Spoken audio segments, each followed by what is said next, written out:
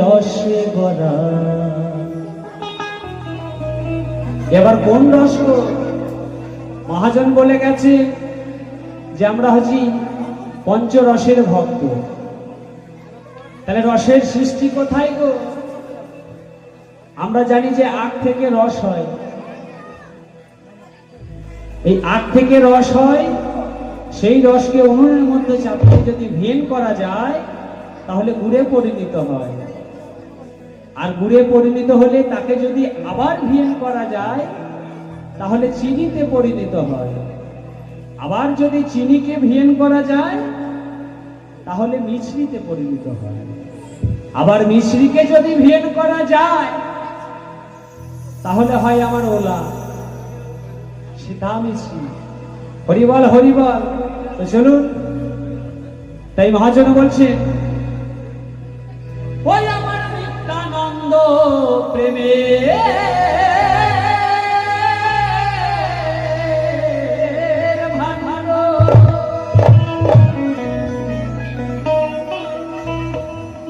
তিনি সুরসী হীরের গড়া।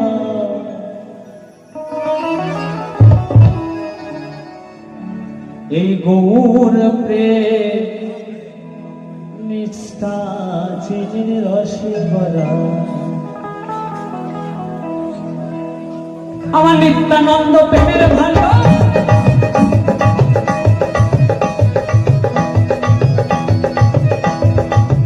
ওই আমার নিত্যানন্দ নিত্যানন্দ নিত্যানন্দ নিত্যানন্দ নিত্যা।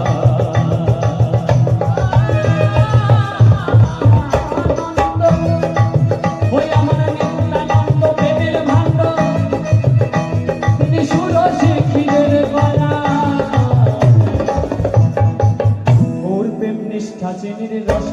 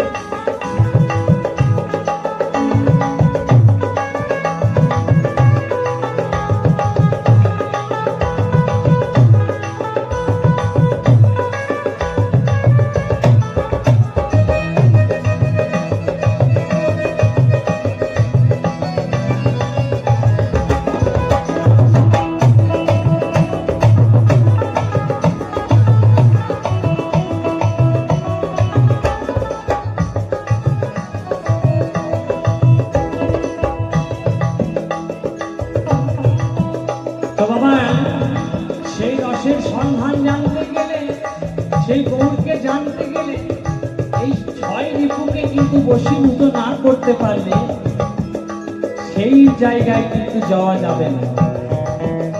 তাছাড়া আসা আর যাওয়া এই দুটিই পালা।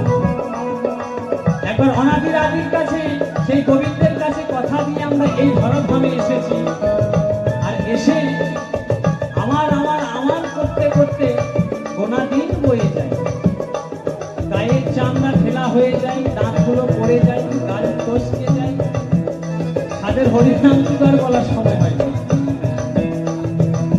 তাই মহাজন বলছে, ওরে বিবেক রুচি